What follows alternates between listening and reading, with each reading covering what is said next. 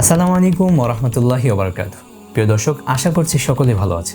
আজকে আমরা যে বিষয়টি নিয়ে আলোচনা করতে যাচ্ছি তা হচ্ছে কুরবানির পশু কেনার ক্ষেত্রে কি কি বিষয় খেয়াল রাখা জরুরি। মুসলিম শরীফে রাসূলুল্লাহ সাল্লাল্লাহু আলাইহি ওয়াসাল্লাম আমাদেরকে বলেছেন যে কুরবানি পশু কেনার ক্ষেত্রে অবশ্যই আমাদেরকে যেই সমস্ত দিকগুলো খেয়াল রাখার কথা বলেছেন তা হচ্ছে গরু এমন হতে পারবে না যে সে খোঁড়ায় খোঁড়ায় চলে, অর্থাৎ পাকে টেনে টেনে চলে, অথবা এমন হতে পারবে না যে সেই পশুটির কান কাটা, অথবা এমনও হতে পারবে না যে সেই পশুটি খুবই দুর্বল। আমাদেরকে পশু কেনার ক্ষেত্রে অবশ্যই এই সব দিকগুলো লক্ষ্য রাখতে হবে।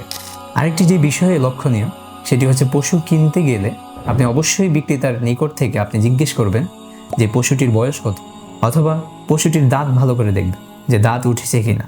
ছাগল, ভেড়া, দুম্বা কিনা, তখন সেক্ষেত্রে আপনাকে অবশ্যই যে বিষয়টি খেয়াল রাখতে হবে সেটি হচ্ছে যে তাদের 1 বছর পূর্ণ হয়েছে কিনা। 1 বছর পূর্ণ না হলেও যদি দেখতে হৃষ্টপুষ্ট দেখা যায় তখন কোনো অসুবিধা নেই, কিন্তু গরু মহিষ যখন কিনবেন তখন অবশ্যই তাদের 2 বছর হওয়া আবশ্যক। আর যখন উট কিনবেন তখন সর্বনিম্ন 5 বছর হওয়া আবশ্যক।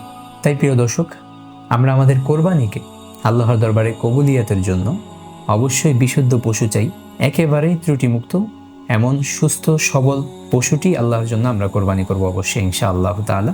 আল্লাহ তাআলা আমাদের সকলকে এসব বিষয়গুলোর প্রতি খেয়াল রাখার তৌফিক দান করুন। আসসালামু আলাইকুম ওয়া রাহমাতুল্লাহি ওয়া বারাকাতুহু।